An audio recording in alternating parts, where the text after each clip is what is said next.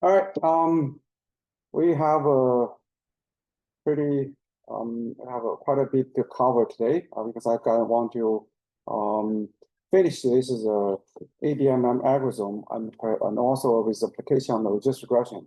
So you guys can do the project number 3. So project number 3 will be posted after class. Then you will have like a week to work on it. After that, we as a matter of fact, next Monday, okay, I will post the assignment, the group assignment for the final project.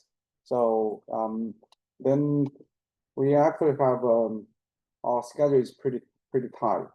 So oops, not see the I cannot see the calendar. Let's see. I want to see if I can get the. So roughly speaking, we only have so today is 5th, right? We have 3 weeks. We have 3 weeks of lecture, and among that, we also have like one Thanksgiving break. So literally, we only have like a 5 or 6 lecture by me, okay, for the teaching part. Then when you come back from Thanksgiving, we're also using 2 classes for the group project presentation. So that means that means we're only having literally 3.5 weeks left for both the project number 3 and the final group project, okay, and lecture. So today you're gonna start working on project 3, and then you do in a week. Then I will not extend it because then it's already overlapping a little bit with your final group project. You need some time to work on the final projects. Okay, so let's continue. So we talked about the Lagrangian dual problem, right? So for the minimization of for minimize fx subject to ax equal to b, this constraint, this is a Lagrangian. We can also form this Lagrangian using this dual function. So therefore, we can we also have in this is a Lagrangian problem can be also be formulated as this is also a dual problem. Okay. Now using this is a primary problem on dual problem, we can actually develop a algorithm called dual ascent, right? Dual ascent basically we alternating the optimization problem in the primary problem and also the dual problem to alternating update our x and y. When updating the x, basically we use the y or the Lagrangian multiplier in the previous step, plug it into the Lagrangian function. Then we minimize with respect to x. Then in terms of y, we just update the y in the direction of its gradient, right, in the Lagrangian functions. So this descent works, but with a lot of strong assumption, as we talked about. In this special case, if we can decompose, okay, if the function f is separable, in that case, we can write in fx as a sequence of summation of the the set of the variables, right? So if this is the case, then we can actually, as we discussed in last class, then our Lagrangian function is also separable. I mean, the reason is because ax minus b, that is a linear system. Our linear system is also separable. So in that cases, we can write in this Lxy into this is L1 up to Ln. Each of this Li corresponding to one subset of the variable. Okay, so why we want to do that? The reason to do that is because if this function are separable, then minimize this is a Lagrangian function in the overall, right? For the overall parameter, it will be equivalent to minimize with respect to each. This is a component, right? The Lagrangian function. So each of Li. In that cases, then this optimization can be parallelized, okay, which can be speed up. So that's the one main reason for us to want to see when the function is separable, with this advantage. In most of optimization function actually is not separable, okay, but in the cases where it's separable, this actually can be pretty useful. Now, in our application, okay, in the big data sort of optimization, our optimization is actually for example, the target function for logistic regression is actually not separable. Okay, what you're gonna see is we were using a technique. Okay, we're gonna use a technique actually make our the parameter to be separable, but we are add a constraint to it to making to sort of like to achieve the global the minimization or maximization. So this is a dual function. Then if we have this dual decomposition, then the dual ascent algorithm can be writing as when you optimize this as a x, then we can just say breaking down into optimization for each of xi, right? Each subset of the parameter. So therefore, what it does is basically if we have in the Lagrange multiplier from previous step, then we simply minimize this as Li. Then with respect to each of xi, then we can update our xi corresponding for I up to 1 to n. So this part is going to be going to be parallelized. Then once we have in the xi, then we basically have all the x. Then we can update the y corresponding, right? This is just like the dual. This is a dual ascent algorithm, but in one step. Okay, for the x, we can parallelize it. So in the implementation, basically what it does is we're going to having a bunch of we have n computing node, right? Sitting now each one working on one part of the Lagrangian function. Then we can scatter yk. Okay, scatter basically, right? Scatter means from the one the managing node, we're going to send in this yk to all the worker node. So once the worker node receive the yk, they can do their own optimization, right? With respect to II. So update xi in parallel. Okay. Once you have this xi in parallel, then for the xik, this is a xi k plus 1. This is in the next step. You can gather. Okay. Then you can use a gather function, gather all the information to the like managing node. In the managing node, they can update the y, which is like Lagrange multiplier. Okay. Once the managing node update y, then scatter again. Right, the sub node going to update x and scatter, you update y and continuously.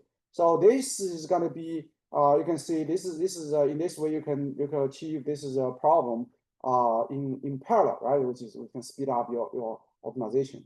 Because the second step, this is update y, it should be fast, right? This is a small scale problem.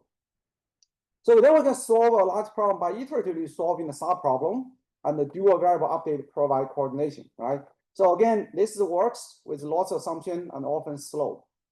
One way to increase the stability of the dual ascent is this is so-called method multiplier, which means in our Lagrangian function, we add in our typical usual Lagrangian function, we add in this is a quadratic term. Okay, the quadratic term is rho divided by 2. Within this is L2 square of L2 norm, right? So in this function, as we went to last class, minimize this Lagrange function is equivalent to minimize our original function, which is given right here, right? Because in order for this to minimize, ax minus b has equal to 0, and therefore this term essentially gonna go away, right? It's go away.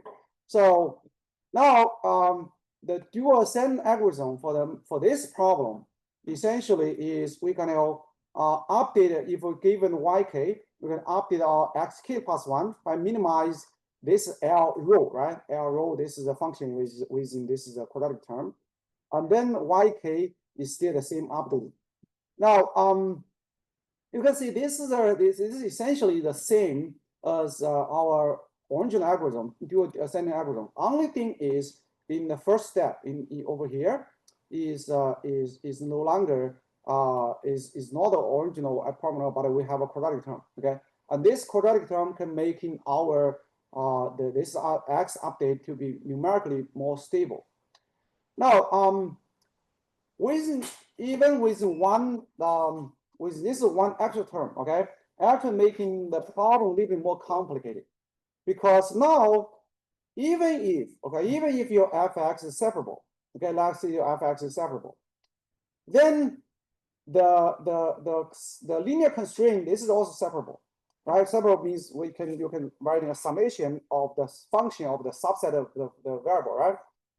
But this term right here, the augmented term, okay, this term is no longer separable because it's a quadratic function.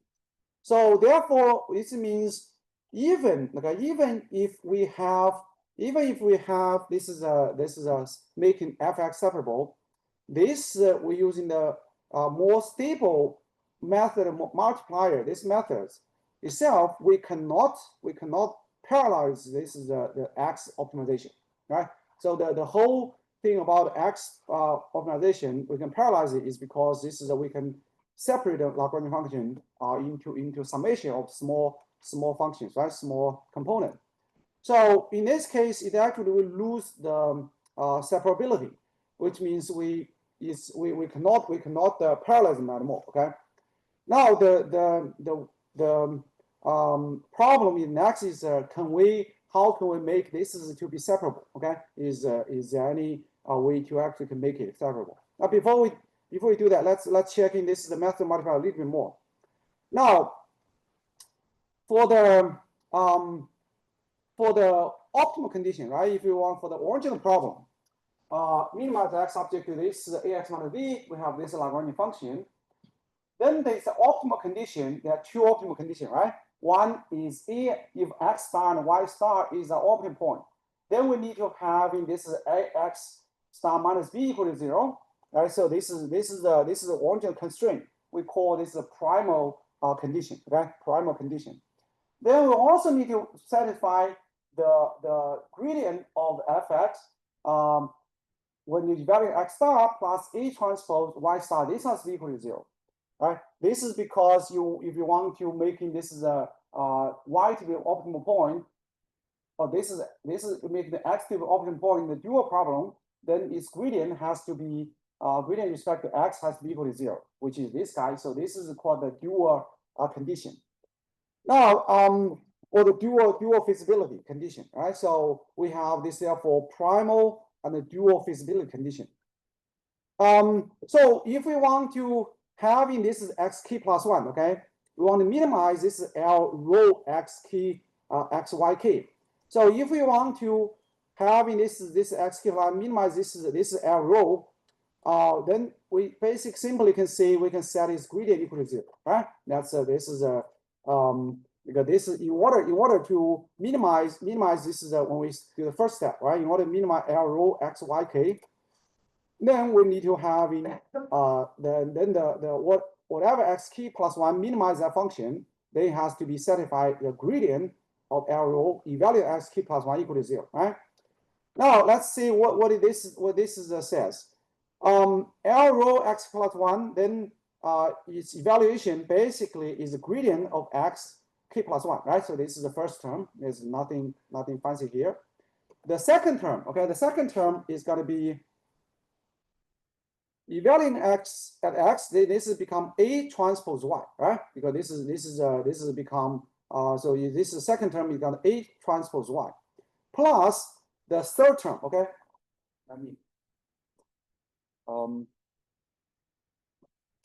L rho x y k f x plus y transpose. Let me just yk transpose, right? X minus e plus rho over 2. That is L2 norm. Basically, I can write it as ax minus b transpose ax minus b, correct? This is a set. Yeah. Rho is what? Is rho an odd? Yes, rho is arbitrary number. Yeah. Rho is your choice. You have to pick it up. So in this case, if you see the gradient of L rho, right, it's going to be L rho evaluating at is equal to 0, xk plus 1, yk. So then the first term you take the gradient with respect to x, and that's xk plus 1. So this is simple. The second term is basically you have. So y transpose b doesn't have x, so we can ignore that. So then basically that's a yk transpose ax, right? So yk times a transpose ax. This is equal to x transpose a transpose y, right? Because this is a vector, this is a vector.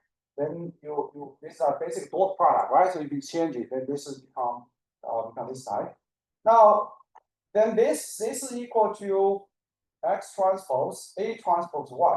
And we know if we're taking the gradient of this with respect to x, then it just be the a transpose y, right? Therefore, the second term is going to be a transpose yk, okay? So the third term, all right, the third term, this is a quadratic function. So the gradient of the quadratic function, that's just be rho over 2 times ax minus b, okay? So therefore, the 2 going to cancel out, then it is this. So so it's actually 2 rho times so it's a quadratic term, it's gonna be ax minus b. Why it's why the first term is a transpose y, this has become ax. Oh, this is actually become So the first term is actually you're gonna have a transpose because you're having, so this is the quadratic term, right? So if you x transpose x ex is equal to 2x, right? But then in addition to that, you also have this is the ax, right? So then in the ax, if you do that, it's gonna be actually a transpose. So the whole thing is actually become this. Now, if you can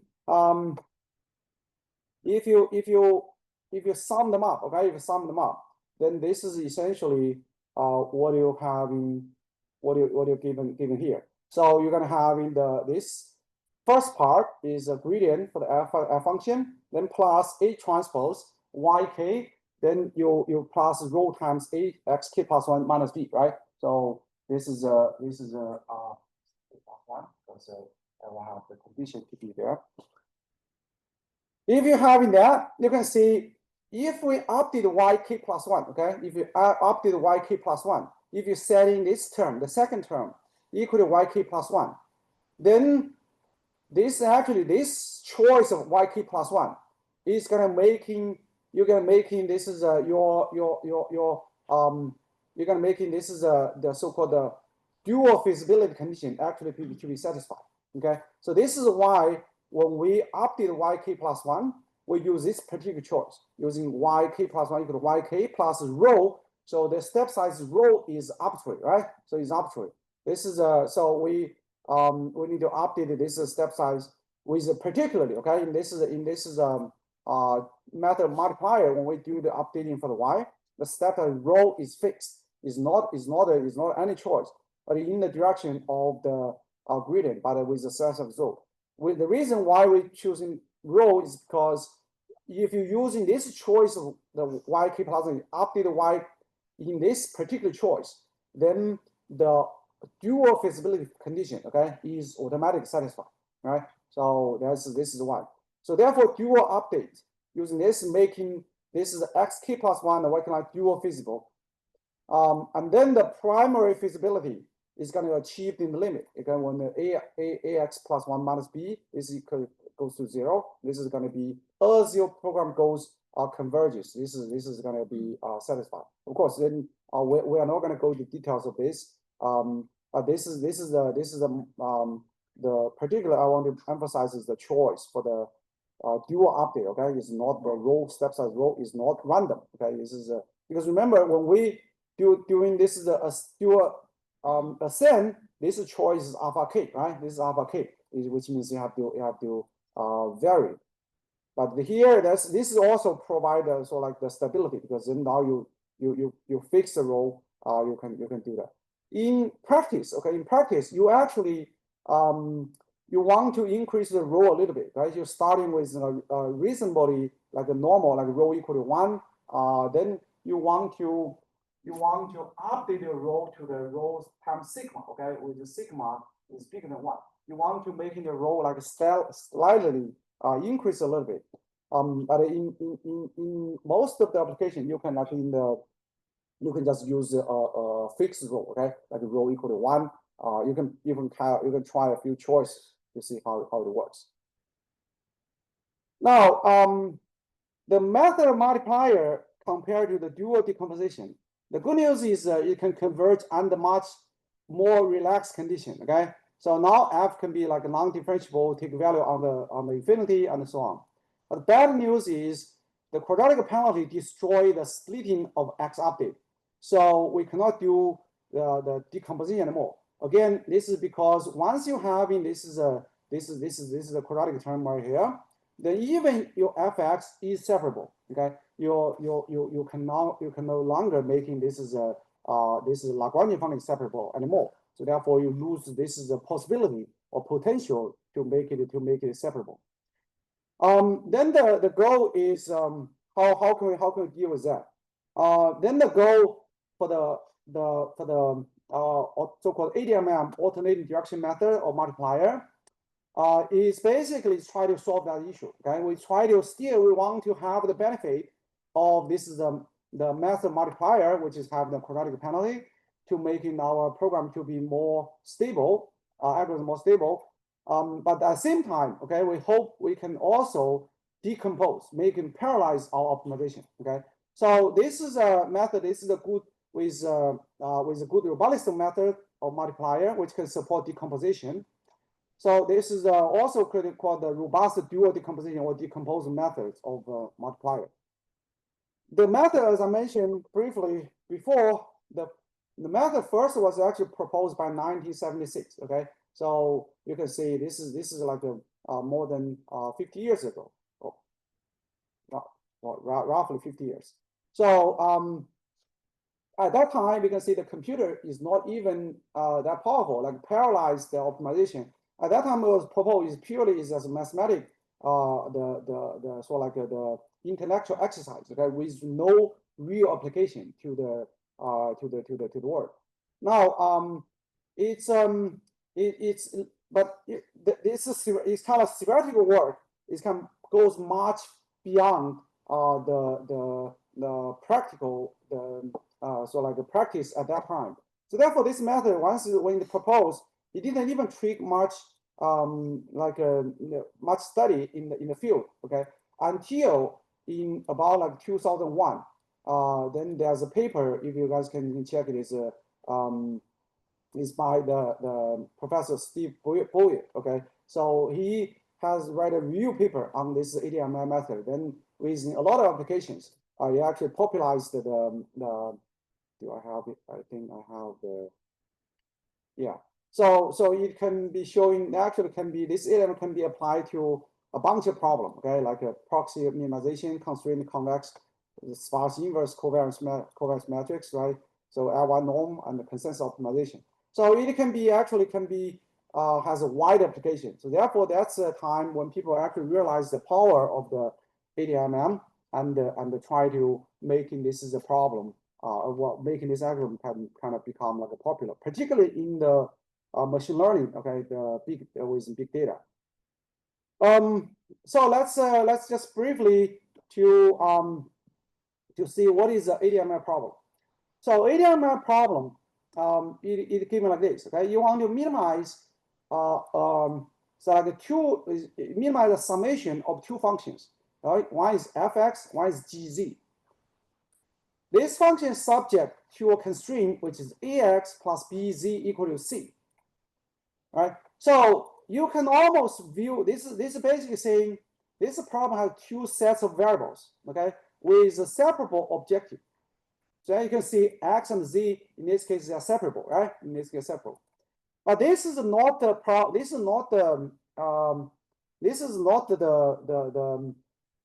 technique which make the ADMM to be parallelizable, because parallelization does not really come from separate x z. Okay, parallelization is coming. We can separately minimize this fx function. Okay, fx function of fx. So let me tell you. You can see what exactly I mean. Okay, so let's say we have this problem, fx and gz. We have two sets of the variable x and z, right? With separable. Then the augmented Lagrangian function, okay, essentially is this xzy. Y will be the Lagrangian, the multiplier. So this is just normal. Fx plus gz, y transpose ax plus bz minus c. This is our constraint, plus this is rho over 2 times the square of ax plus bz minus c. This is the L2 norm, right? Square L2 norm. Now the ADM algorithm basically saying, given this problem, okay, then we can minimize, or we can actually treating this problem using dual ascent so like sequentially. So what it does is basically saying we can minimize our, if given y and z, okay, y and z in the previous step, we can basically minimize our x respect to L rho with this is getting xk plus 1. Then once we have xk plus 1, then we can plug in this is xk plus 1 into the L rho function within yk. So we update our k plus 1 to x to be xk plus 1. Yk is still from the previous step. Now in this case, we want to minimize with respect to z. Okay, so this is called z minimization.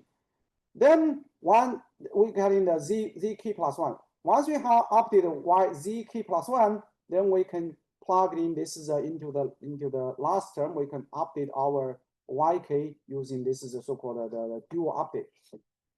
You can see this is actually not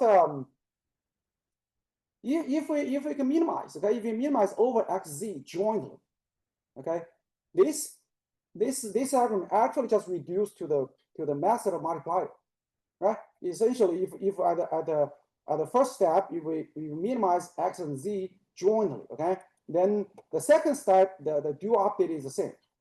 So what we did in here is basically simply we get splitting, since we can minimize x over z fixed and vice versa.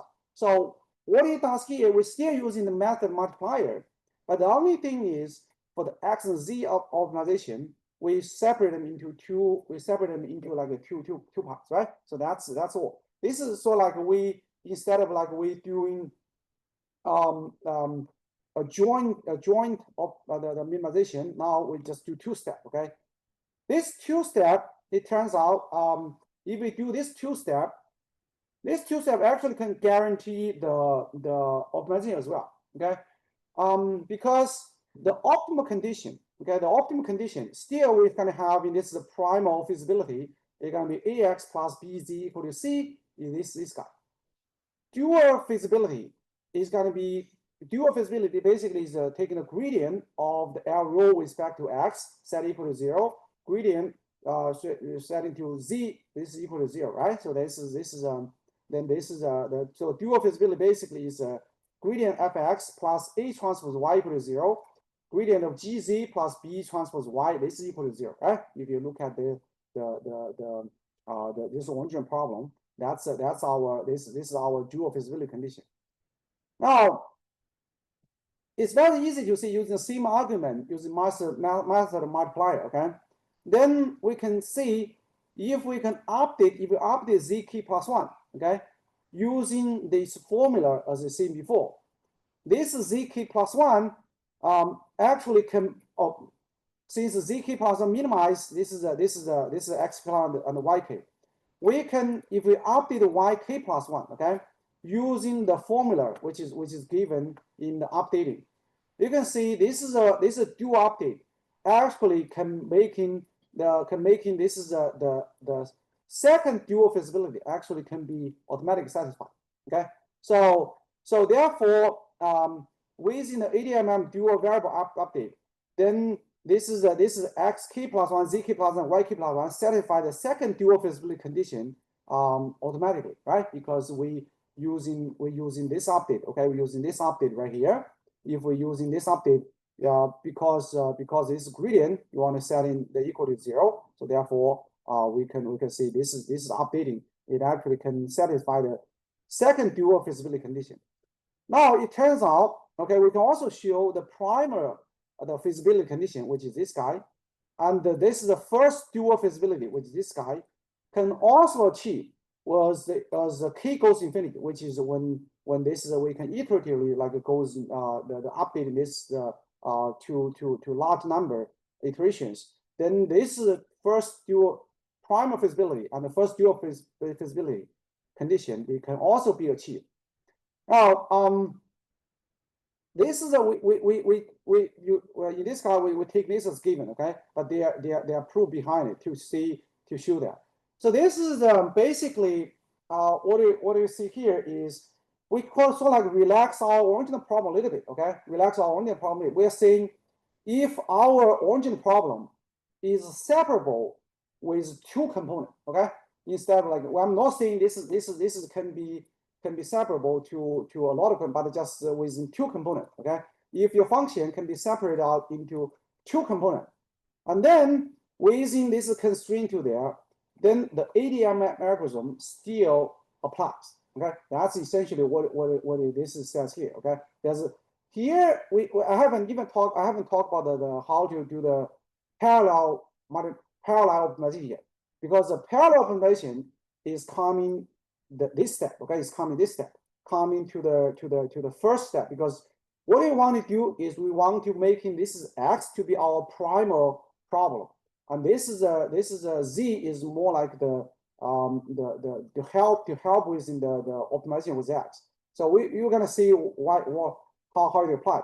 But this is what I'm seeing here. I'm not saying this problem itself is parallelizable. What I'm just saying here, if your target function can be separated into two sets of variables, okay, X and Z, then this is a method multiplier. It still applies. That's basically what I'm saying here.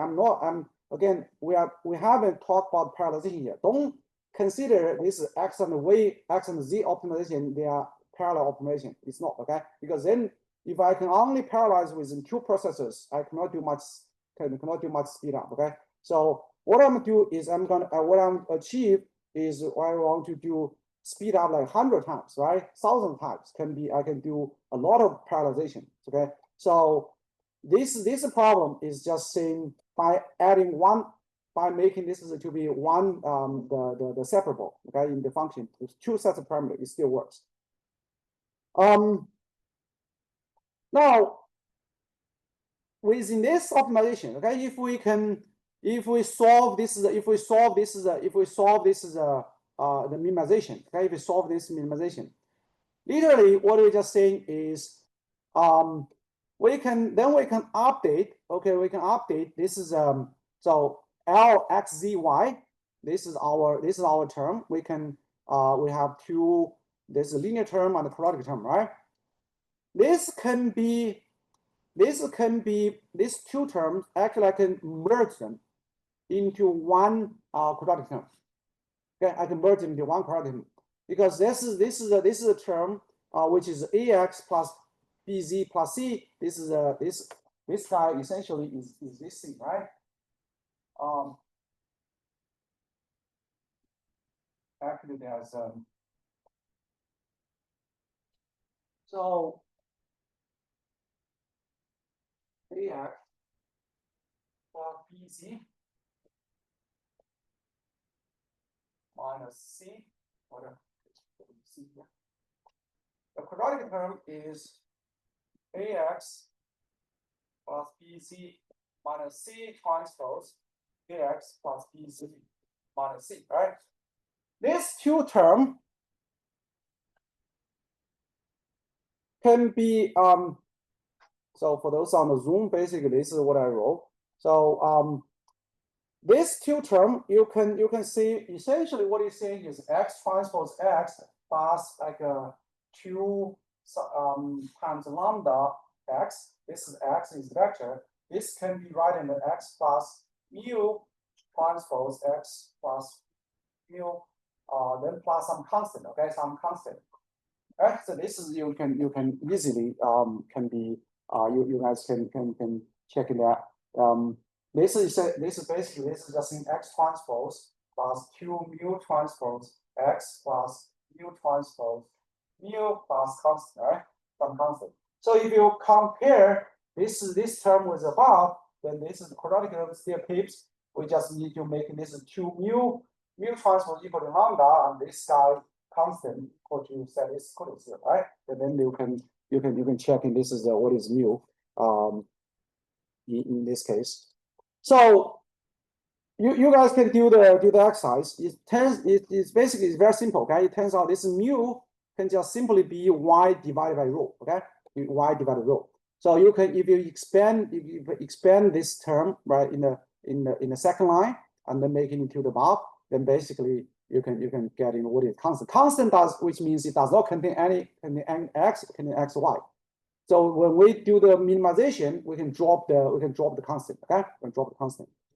Now, so why do I want to do that?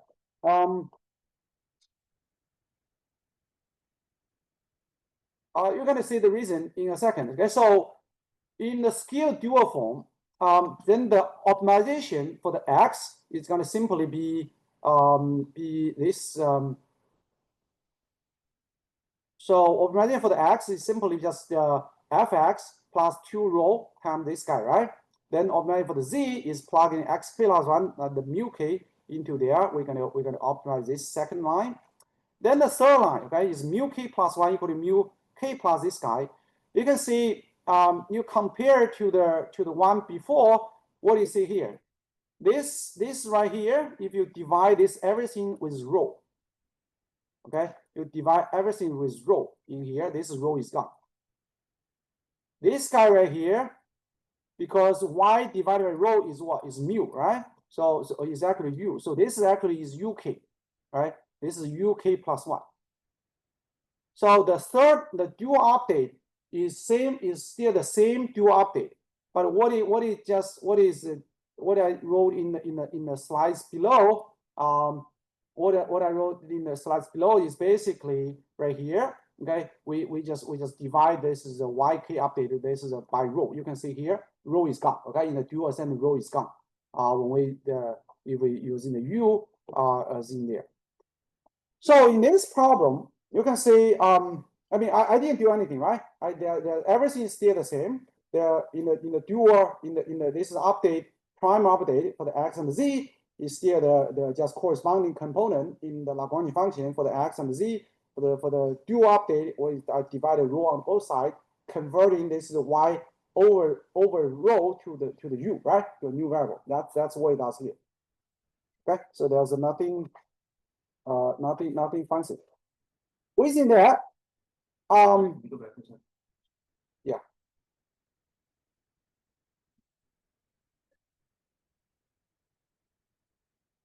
Previous let me hear. Where do you want to go?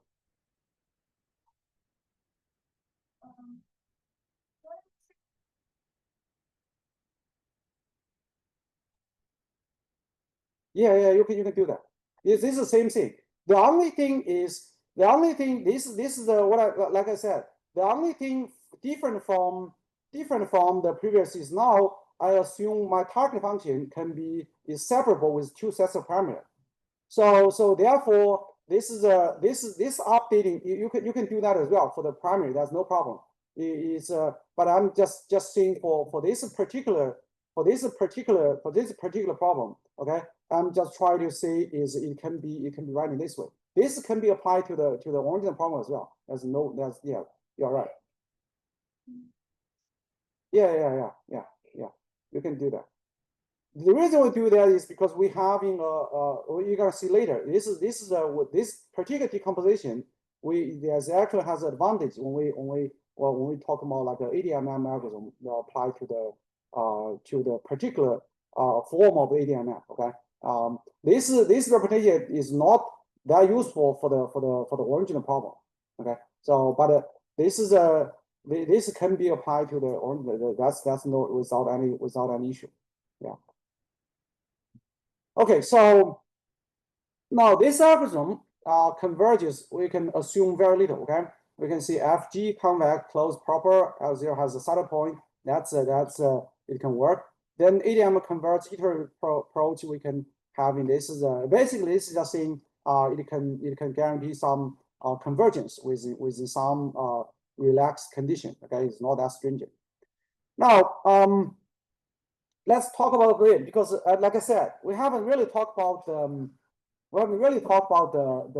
how to apply into big data yet. So what I just saying is we have this method multiplier. We have in this we can add in massive multiplier. We add in the second quadratic term, right? We can make in method numerical stable. ADMM basically saying assume our target function can be separated into two sets of the parameters, and they are separable, right? They can just sum it up. With that condition, then this is a method multiplier can still apply. Okay, so that's what it says. Now, with this simple update, okay, now we can actually make a lot of use of it. Okay, in particular, I'm not going to touch the above method. Okay, if you're interested, you guys can check in the paper, the review paper by the Professor Steve Boyd. He talked about a lot of it. One particular application is called consensus optimization. Okay, this is where is like the most relevant to this class. This is the method I'm gonna introduce to you to the class. Now, if we want to solve the problem with n objective terms, okay, we minimize. This is a summation of I from 1 to n of fi of x. In other words, this fi is a loss function for the ith block of training data. So how do you view this problem? The problem is, if you suppose now you have a big data, okay? You have big data.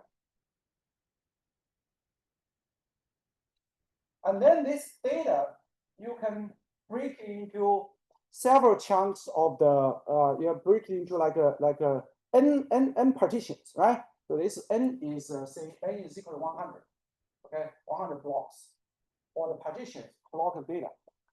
Now, each part of data, okay, you can plug it in. You're gonna plug it in because your log likelihood function. Remember, your log likelihood function is summation I from 1 to n is your fi of x, right? So this is each observation has its own log likelihood contribution to the target function. Okay, so therefore log likelihood function is separable. Okay, log likelihood function is not separable. Is a summation of this is log likelihood can be writing a summation of the log likelihood for each subject. Okay, so therefore each one block of data, they're gonna be making its own contribution to the overall log likelihood function. Okay, so therefore I can write in this fi. This fi will be writing as the contribution of the block I to the overall log likelihood function. Right? So is that clear? Right? Because this I is basically is 1 up to n1 to this n1 plus 1 up to n2. So if your original likelihood function, log likelihood function is summation for each individual, then this is individual from this is small set. It also can be summed up into like one function, right? We call it fi. So therefore, but the x is fixed because the global parameter, like this is your say logistic regression, your beta is still applies to everybody, right? The beta is still there, everybody is same. So therefore, if we then in this case fi is a loss function for the ith block of training data. Okay, so our problem for like a logistic regression, we actually can be written into something like this, right? Something like this. Now, then this form of optimization can be written like this, can be written as we want to minimize summation I from 1 to n of fi xi subject to xi minus z equal to 0. So from above to the below, okay? What I assume now is I assume for each block of data, they have their own parameters. Okay? In the problem above, x is global, which means if you want to find a set of x which can simultaneously maximize or minimize this summation of all the data blocks, right? So this is above. in the problem down below, what I'm saying here is, then for each block of data, it's gonna have its own parameter, xi, okay? But this xi, they're gonna subject to a constraint. The constraint is your xi minus z. Z is called consensus parameter. So this xi minus z, it has to be equal to 0. Okay. So this is if you can minimize the problem above, but with this constraint, that's basically saying you eventually want all your x to be the same, right? To be the same. This form right here is ADMM form.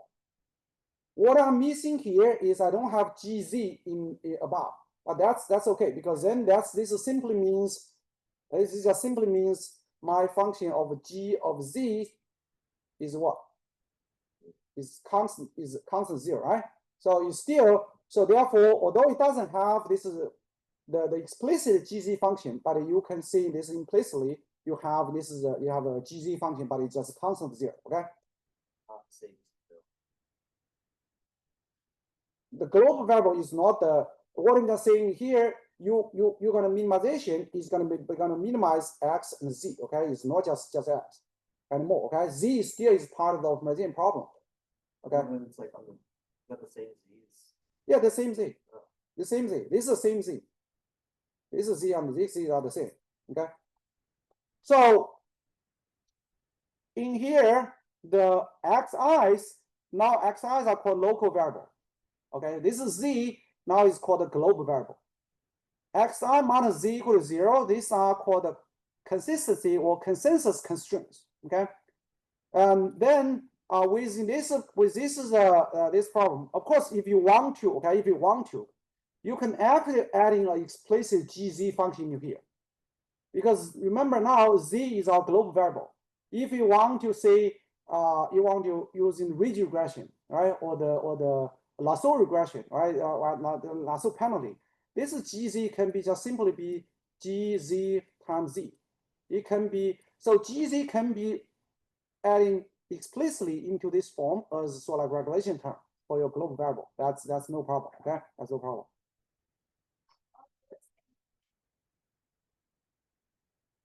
GZ equal to 0 because we don't need it, because for the original problem in here, original problem, this is the target function we want to minimize.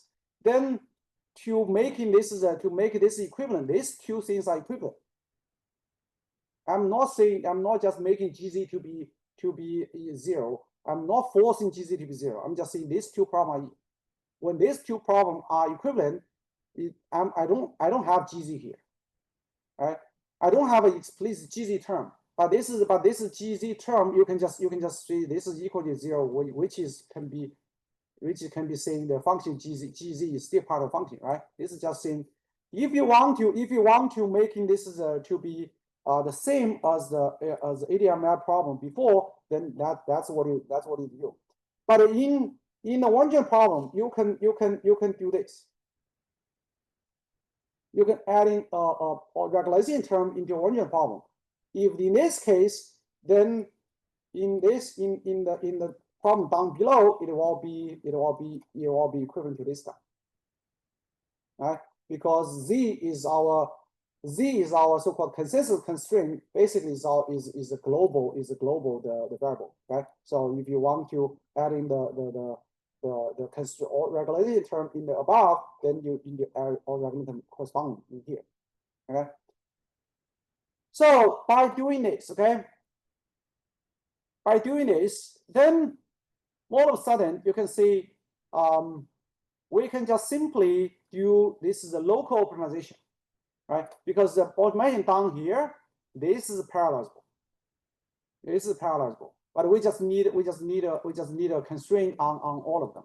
Okay, on this is a local, also the local parameter. So the consensus optimization via ADM, this is gonna give it like this. So we're gonna have writing this is L rho into this form as a summation I from 1 to n of fi xi plus yi transpose xi minus z. So because now how many constraints we have?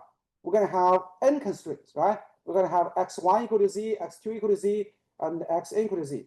Remember, xi here is a vector, okay? Is a vector. So therefore, for each set of the constraint, we need the corresponding yi to the constraint, right? So that's why now the yi is the Lagrange multiplier has an I into there, okay? It's corresponding to each set of xi.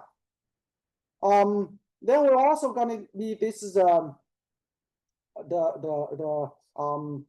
L2 the quadratic term, which is going to be rho divided with u xi minus z the L square L2, right? So then each one of them will be just for xi.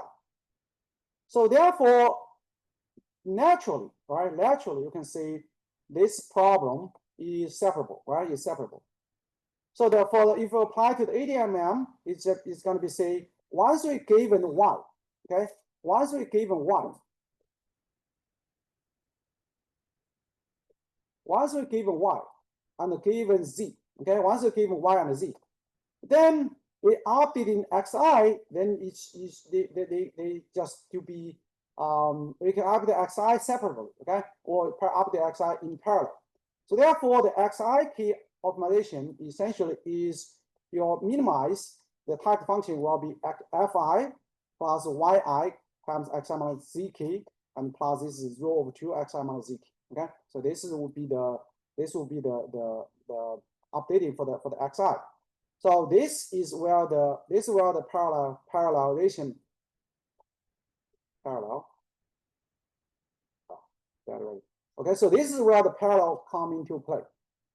The z updating essentially is going to be equal to 1 over n times summation I from 1 to n xi k plus 1 over rho yi k. So z updating, you can see we have two terms, right? We have two terms contain z. So therefore, we're just taking the gradient of this thing with respect to the z, and then if you so the gradient okay, so gradient of L rho is equal to basically is the derivative of L rho with respect to z, right? With respect to let's see what it is. So it's going to be summation I from 1 to n, right? Then the first term y transpose x, this x doesn't have a, so it's gone. So it's going to be negative this negative yi, okay, right? Because the yi transpose z, the derivative is just basically yi. So you're going to have this yi. The second term right here is going to plus rho divided by 2 times 2 times, okay, you're going to be xi minus z. So this is also equal to z minus xi, right? So you're going to be z minus xi, okay? So it's going to be equal to this guy. This equal to 0, okay? So if you're having this equal to 0, this is basically saying this rho is cancelled out, right? So we can divide, if we divide both sides by rho, this is gone. So I can divide this is the first term by rho. So what I have here is going to have summation I from 1 to n z minus xi. So I'm going to have n times z, okay? N times z is on the right hand side minus summation of xi, right? Then will be minus summation of this is yi divided by rho. This equal to 0, right? So if you solve this, it's going to give you this guy right here. So z is going to be 1 over n times summation I from 1 to n xi k plus 1 plus 1 over rho times yi k, right? So this is why you have this is a z updating is given this form. It's basically is respect to that. Then your yi updating is the same, right? yi updating is the same. Just taking this is the derivative. The derivative though the gradient of yi essentially is going to be xi minus z, right? So you're going to update it in its direction and within the step size rule. So as this is just as ADMM we've seen before. Where's the rho cancel out? Where is the rho cancelled out? We haven't canceled out in here yet. This is rho. If you want to cancel out later on, you can divide it by rho on this side, on both sides. Which doesn't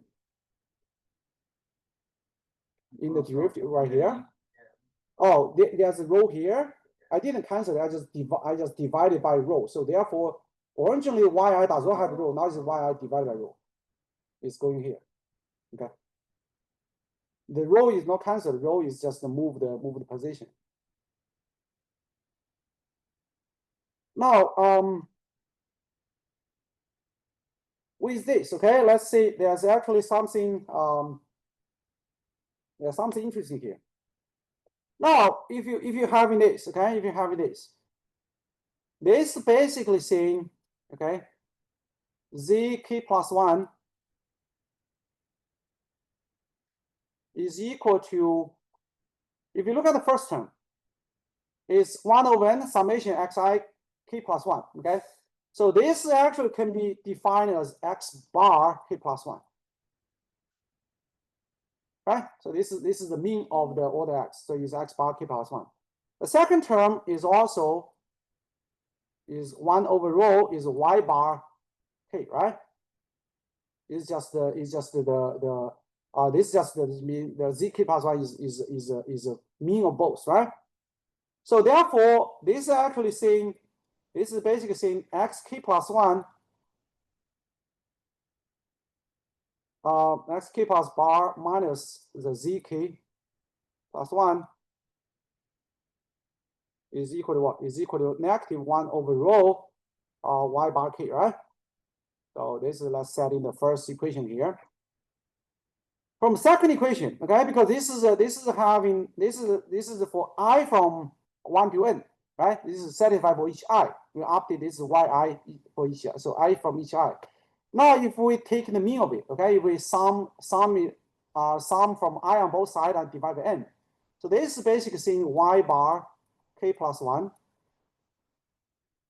equal to what? Equal to y bar k plus rho times x bar k plus 1 minus z k plus 1, right? Because z is the same, so if you take a mean of z, it's still the same, right? So this is the same. Now, yeah. So you can see here, x bar k plus 1 minus rho minus this is a z. This is actually can be. So if you're having this, right? So we can having the first term basically is saying this is a y bar k. This has to be equal to 0, right? So so this is basically if you plug this guy into here, this is just basically this is equal to 0. So if this is equal to 0, that means this is just y bar k plus equal to 0. That means y bar k is equal to, this is also equal to 0, right? So therefore, this just means the z this is the z is just equal to, yes. So if you plug in this guy into here, we have in this is a y bar k plus 1 equal to 0. So therefore, this is equal to 0. That just basically means the z k plus 1 is just equal to x bar k plus 1. Okay, it's just equal to x bar k plus 1. Now, what is this thing basically is, what is z? Z is a consensus, right? Z is a consensus from for the order ice data blocks. Now, this is just basically saying if you want to update the zk plus 1, then this whole thing is actually we don't need it. This is zk plus 1. This is just x bar k plus 1, right? This is x bar k plus 1. Now, this step basically I only do the zk plus 1 to where is the zk is used is basically is used here. So this actually I can do is x bar k plus 1 as well. I don't need the zk plus 1. Okay, that's just basically saying I just keep a mean of the mean of the local variable from like the ice block data block. I take the mean, and then we can just working with the mean of them. Of course, you can. This is a zk plus 1, essentially just the mean, right? So this is we can actually simplify this problem. Is this clear? Is this everyone follows? Yeah.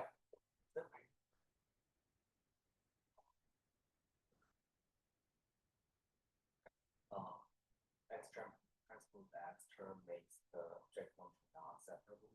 So we want to just replace it with global variable C, have it separated.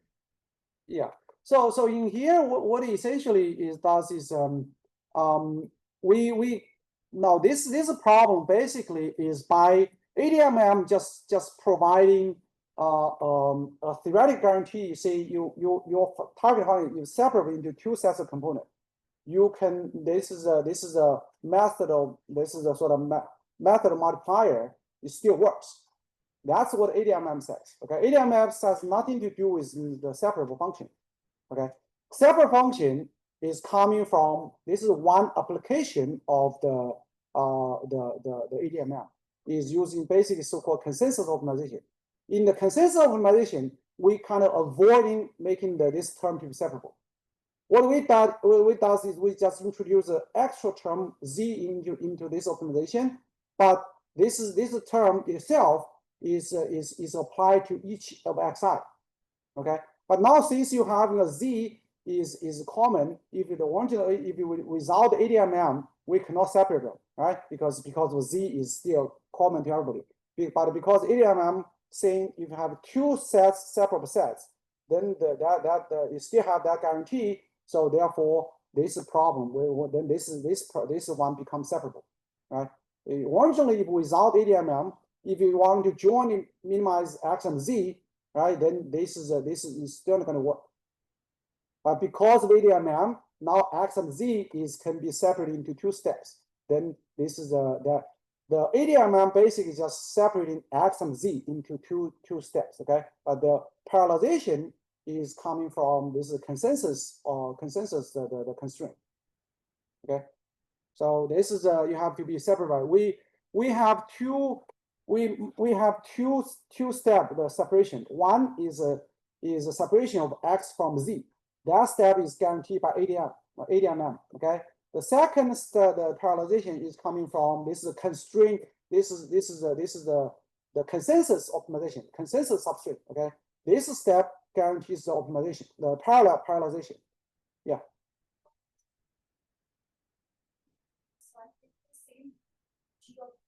Yeah. Yeah, it's the same global. It's 5k plus 1. Yeah. How is g of z equal to G of z equal to z because that's a constant function. That's defined by the function of g. G of z is that's a constant function. Anything plugged in the g function is going to be 0. Yeah, yeah. So that's then this is the g function is just like arbitrary. I mean, this is a constant function. I just for the illustration purpose. Okay, it doesn't have any meaning. Okay. Okay, so there. I mean, this is a little bit tricky. Okay, a little bit tricky. The tricky part is because now I actually have two. Like I said, is you need to understand one is a separation from x from z. Okay, that step is separation from x to z is guaranteed by ADMM. Then the first this parallelization is determined by the constraint by basically transform data right into this is the consensus optimization format making the parallelization. So there, I'm gonna skip this opening. We're gonna come back to this the next in the next Monday. Yeah. So like from an implementation standpoint, we could set entity whatever just to equal how many processes you have. Yeah. Exactly. Yeah. So, but I'll come back. Right? On the statistical interpretation, there are some property for the ADA for this is a consensus optimization. Okay, but I want to get into the application of this ADMM algorithm with consensus optimization to logistic regression because you're going to use this for your project number 3. Okay, which will be available after the class. So for the logistic regression, let's see the concrete application. Okay, for the ADMM. You guys familiar with in the problem? Okay, I'm not going to repeat it. Basically, This is a log-like function you want to work with. Now, if we without using this is a ADMM, so what we can do is what we can do essentially is we have iterations, right? Iterations. We have iterations. Then we can optimize everything. Then we can sort of like gather them, right? So we can have like each iteration is a map reduce the job, right? So we can sort of like solving this is a large matrix the multiplication because remember for the logistic regression, what it essentially does is each step is just is just weighted least square, right? Weighted least square. Then what you can solve is the matrix multiplication problem, okay, at each step. Now, that is essentially is pretty slow. Within the ADMM, okay, with ADMM, then the ADMM what it gonna does is like this. So for each iteration of ADMM job, what it does is for the mapper is basically we can partition the data into k partitions. And these k partitions you can fix at the beginning. Okay, you can fix at the beginning. You don't need to like each step, each iteration have to partition data. You don't need to. Okay, so you just partition your data, say 10 folds, 100 folds at the beginning. So therefore, you're gonna have like 100 data partitions. Okay, and that partition is fixed. So then, for each partition, okay, you can feed in a logistic regression. You're gonna feed in a logistic regression. Okay, using some algorithm, then this is a logistic regression is will be you're gonna implement locally, right? You're gonna implement locally. So in the gateway, what it does is consensus computing by result from all the reducers and send back consensus to each reducer node. So what it does here basically is you're gonna have big data. You do the partition. You run a logistic regression for each data partition. Right, so you can have in the beta estimation for each data plot, and then you can do the consensus updating. Basically, is take the mean of this, right? You can have in this z bar, which is take the mean. Z is mean of this parameter updating from each partition, and then you can update your y. Okay, oh no, not update the y, because then you have in the z consensus, you can send it back. This is z to each node. Okay, you can send it back to each node in the iteration one. Then you can have the consensus. You have the z. You can send it back. And once each node receive the consensus update, okay, then they can updating their yi. Remember the yi is depending on the yi is updated locally, right? Because now the Lagrangian multiplier is yi is locally. Okay, you update your yi locally. Once you have yi update locally, then you can do it again. Then you can plug in the yi, do the logistic regression, and then you can so like do the iteration. Now the good thing about this is once you load the data, okay, for each partition, once you load data into memory, the data can stay in the memory. You don't need to so like drop it. The data can stay in the memory. And what it does is going to run a logistic regression. You having a beta, which is beta coefficient, right? You have a coefficient estimation, and then you can send the beta I to so like the so-called the master node, right? Manager node. You can have gather them into one node, and that communication is very small because what you can only send is a vector parameters. Your vector parameter is like say 20, 100, or even 1,000. That's a very small size. Okay, so you don't need to have a lot of the data.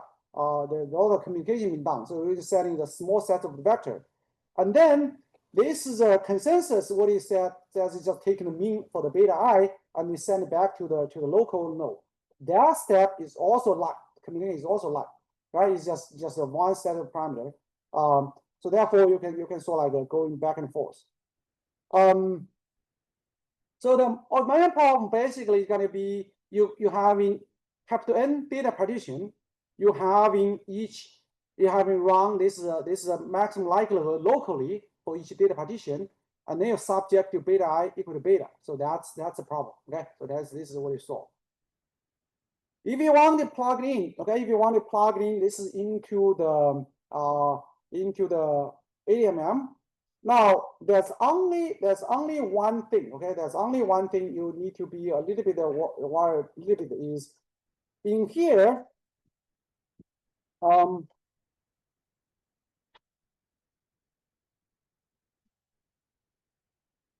In here, when you're updating your beta I locally, okay?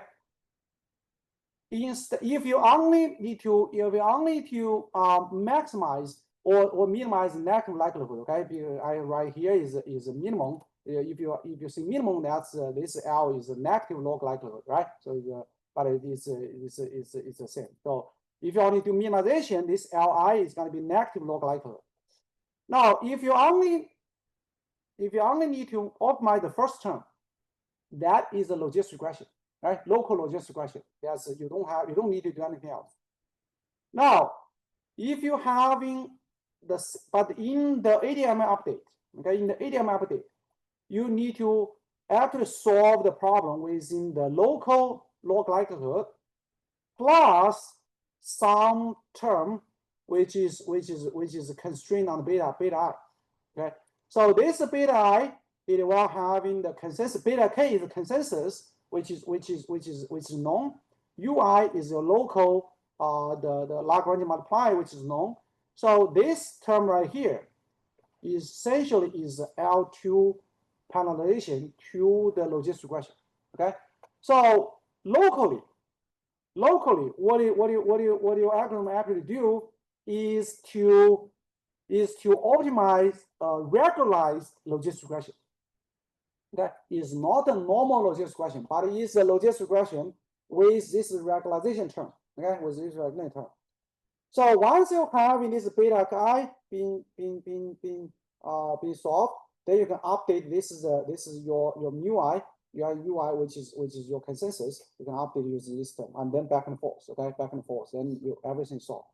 Now, in the project number 3, you need to figure out how to minimize this problem. Okay, this essentially is the I think this is probably the difficult part for the project number 3.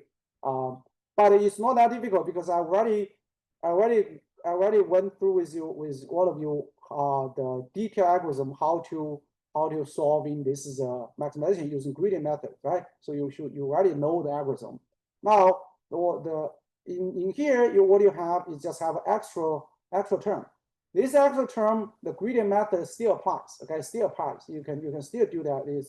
There's no the principle is still there. So you should be able to figure it out by using the gradient method fairly easily. Okay, fairly easily. But you need to do some work. It's not like you just need to do the core logistic regression function in, or maybe you can, because then maybe you can just do the using this is a library GL and net. You fit in the L basic is L2 logistic regression. Okay, you fit in the L2 logistic regression. That's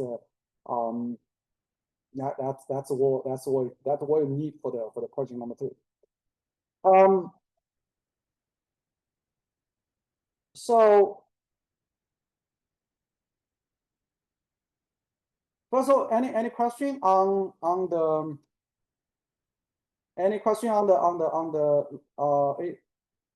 logistic regression?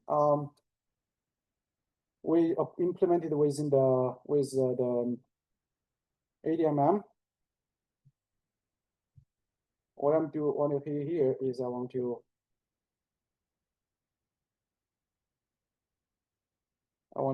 go quickly, okay?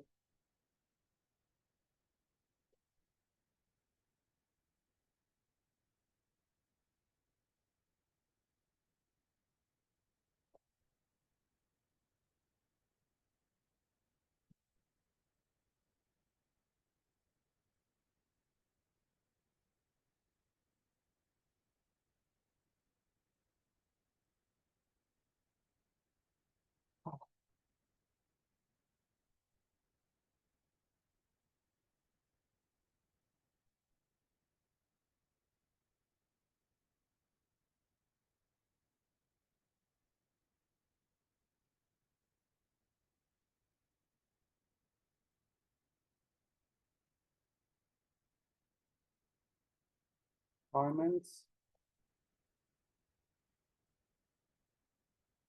to.